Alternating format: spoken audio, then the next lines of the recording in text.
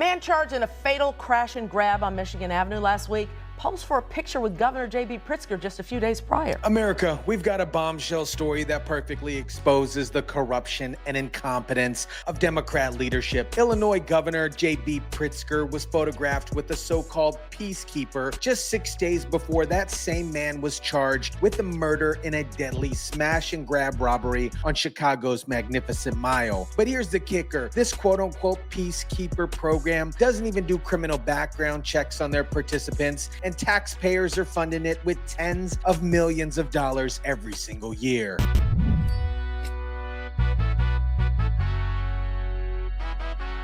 This is Governor JB Pritzker pictured alongside a peacekeeper. 6 days after this photo was taken, court records claim this man, listed as both Keller and Kellen McMiller, was part of a violent crash and grab on Michigan Avenue that killed a young father-to-be. What is up, guys? Tyson Dela Cruz here. Thank you so much for rocking with me. This story is absolutely insane, and it shows exactly why Democrat-run cities are spiraling into chaos while politicians get rich off of failed programs. Now, I actually covered this story about a week ago when it first broke, but the details have emerged that this scandal is even worse than what we initially thought. The level of incompetence and corruption here is absolutely staggering, and every American needs to understand how these Democrat schemes actually work. Let me break down exactly what happened here. On September 11th, 7 criminals conducted a violent smash and grab robbery at a Louis Vuitton store on Michigan Avenue. They backed a pickup truck into the storefront, shattered the glass, and made off with hundreds of thousands of dollars worth of designer goods. Fast forward to 6 days later, where Keller McMiller is one of 7 people charged in a crash and grab burglary at the Louis Vuitton store along the Magnificent Mile on September 11th.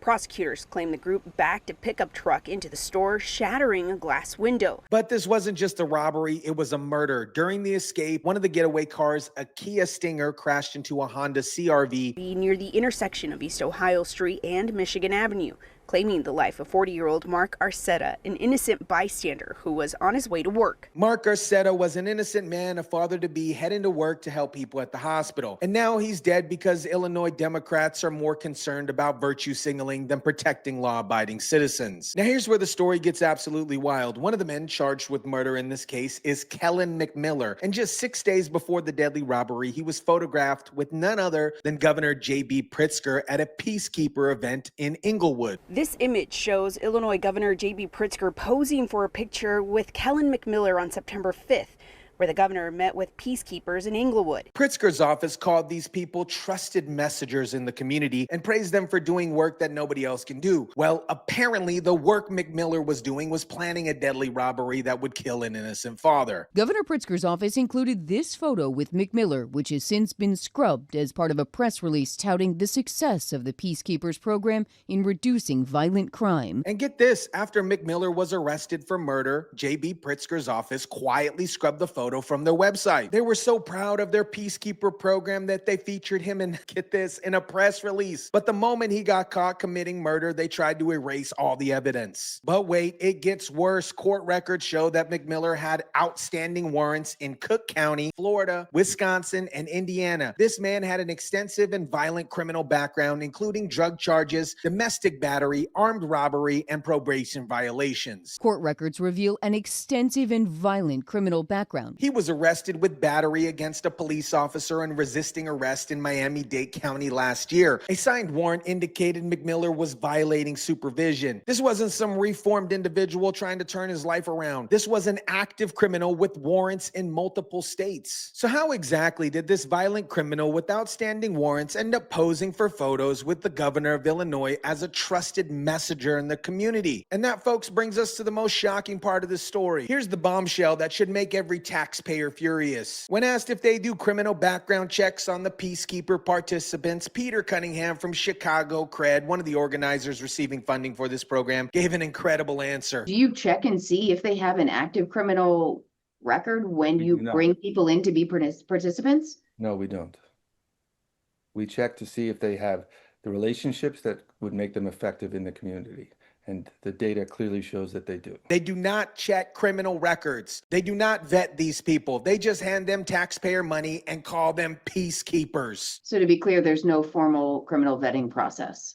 No, we know that many of them are justice involved. If we tried to eliminate people who are justice involved, we wouldn't find the people who could actually do this work. If we tried to eliminate people who are justice involved, we wouldn't find people who would actually do this work. Translation, we're intentionally hiring criminals and calling it a crime prevention program. This is your tax dollars at work, America. Tens of thousands of dollars every year going to programs that don't even check if their peacekeepers are wanted for murder in multiple states. This isn't just incompetence. This is a systematic scam. Democrat politicians create these expensive community intervention programs that sound good to voters but don't actually work. They funnel millions of taxpayer dollars to these organizations, many of which run by politician allies and donors. They're doing work that nobody else can do because they're the only ones with the trust and the respect in those communities to do that. This is a program that intentionally recruits people at high risk to try and stop shootings. They intentionally recruit people at high risk, meaning criminals. And then they act surprised when those criminals commit more crimes. Meanwhile, they manipulate crime statistics to make it look like their programs are working so they can request more funding. And when their peacekeepers murder innocent people, they quietly scrub photos and issue carefully worded statements about being troubled by the news. You know what actually reduces crime? Arresting criminals and keeping them in jail. You know what doesn't reduce crime? Paying criminals with taxpayer money and calling them peacekeepers. It is heartbreaking. I mean, he obviously made a bad choice. He was,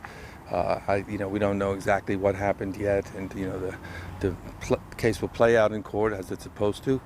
But it's unfortunate. But it shouldn't really tarnish the impact that this program is having citywide. Listen to this response. He's obviously made a bad choice, but it shouldn't tarnish the impact this program is having citywide. A man is dead and they're worried about protecting their funding stream. This is exactly why cities like Chicago are becoming unlivable. Instead of supporting police and prosecuting criminals, they're literally paying criminals and hoping that they stop committing crimes. It is insanity. America, a man is dead because Illinois Democrats care more about their political narrative than protecting innocent people. A father-to-be was killed by a man who should have been in jail, but instead was celebrated as a peacekeeper by the governor. This story perfectly illustrates the corruption and incompetence of Democrat governance. They create expensive programs that don't work, refuse to do basic background checks, manipulate statistics to hide their failures, and when people die as a result, they quietly cover up their tracks and ask for more money. The solution isn't more peacekeeper programs or community intervention initiatives. The solution is law and order. Arrest criminals, prosecute them, and keep them away from law-abiding citizens like Mark. Every taxpayer in Illinois should be demanding answers on how their money is being spent on programs that literally hire wanted criminals. And every voter should remember stories like this when they go to the polls. Mark deserved better. His family deserved better. And the people of Illinois deserve leaders who prioritize their safety over political correctness. Let me know what you think about this. Drop it down in the comment section down below. Smash the like button if you kindly would. Share, subscribe, and as always, guys, I'll catch you on the next one.